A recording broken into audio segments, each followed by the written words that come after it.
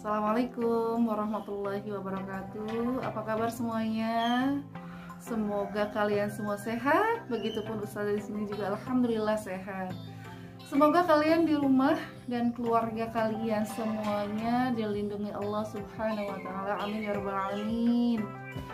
Ya, Ustazah tidak bosan-bosannya untuk mengingatkan karena kita masih dalam suasana pandemi ya, masih ada wabah penyakit di sekitar kita, virus ada di mana-mana, maka Ustazah mengingatkan kalian semua untuk tetap menjaga prosedur kesehatan dengan ketat ya. Salah satunya adalah memakai masker ya. Maskernya kalau mau keluar rumah, kemudian juga bertemu dengan orang, bicara dengan orang, gunakan masker ya. Kayak Ustazah nih menggunakan masker. Nah, jangan lupa juga untuk rajin-rajin cuci tangan ya.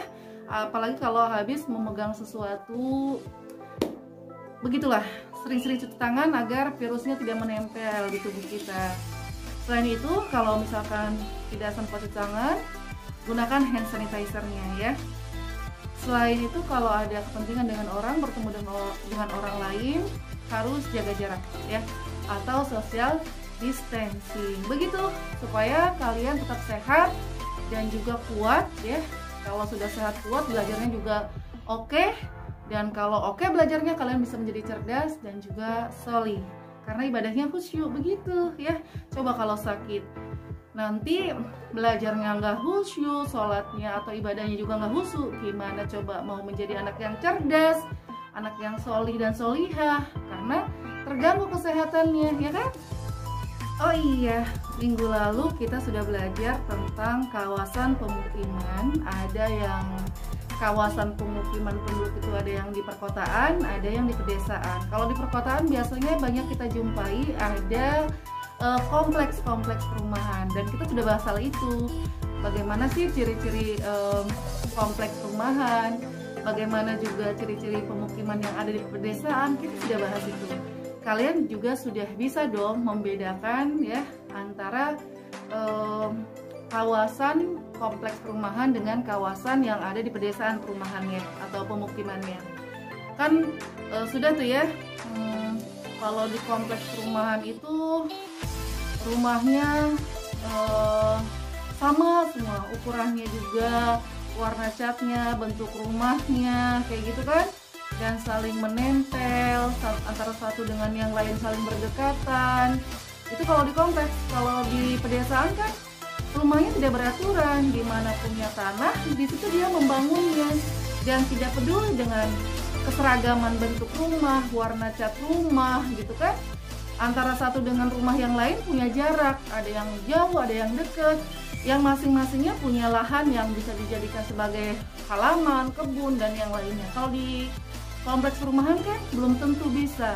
Nah, sekarang kita akan bicara tentang rumah tadi gitu ya. Bagaimana sih kalau dalam Islam itu rumah yang seharusnya dibangun itu seperti apa? Apakah rumah yang kalau kita membangun rumah itu orang lain yang di luar rumah itu bisa melihat ke dalam rumah kita atau bagaimana? Kita akan membahas tentang bentuk rumah muslim. Bentuk rumah muslim berbeda dengan bentuk rumah orang-orang barat.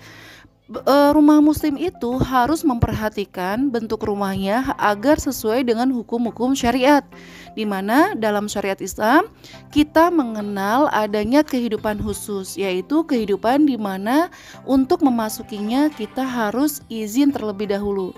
Nah, selain itu rumah muslim juga dalam rangka melindungi pandangan dari orang-orang yang di luar sana.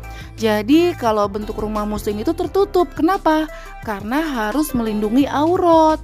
Namanya juga rumah muslim, orang muslim itu kan harus dijaga auratnya karena kehormatan. Nah, berbeda kan dengan rumah orang barat yang sekelilingnya kaca, di mana orang-orang luar itu bisa melihat ke dalam. Itu bukanlah bentuk rumah muslim. Nah, orang muslim itu ketika membuat rumah harus memperhatikan hukum-hukum Islam.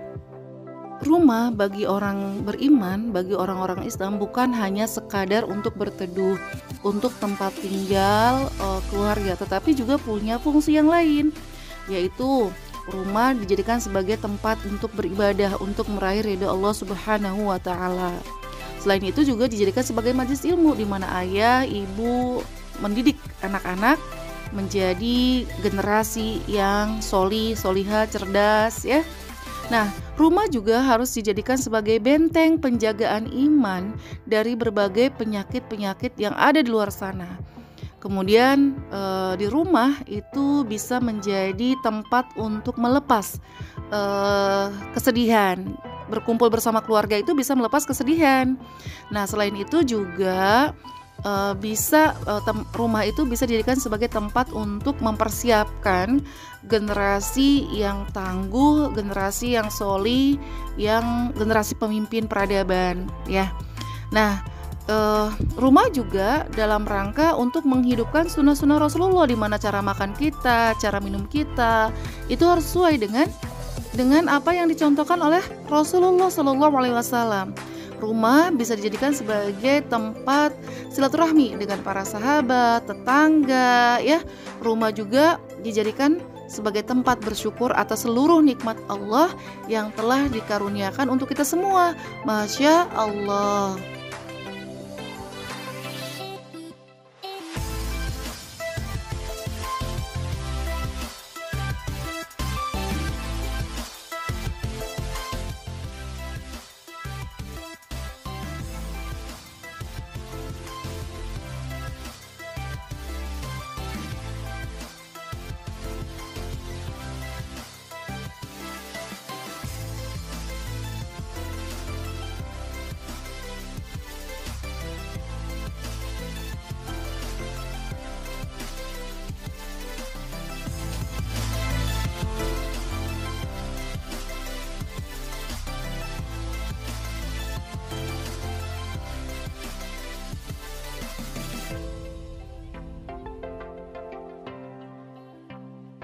Demikianlah penjelasan terkait bentuk rumah muslim yang berbeda dengan bentuk rumah orang barat.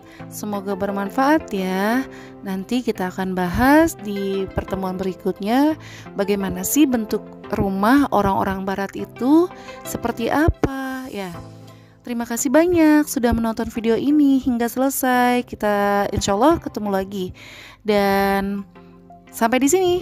Terima kasih banyak. Assalamualaikum warahmatullahi wabarakatuh. Dadah.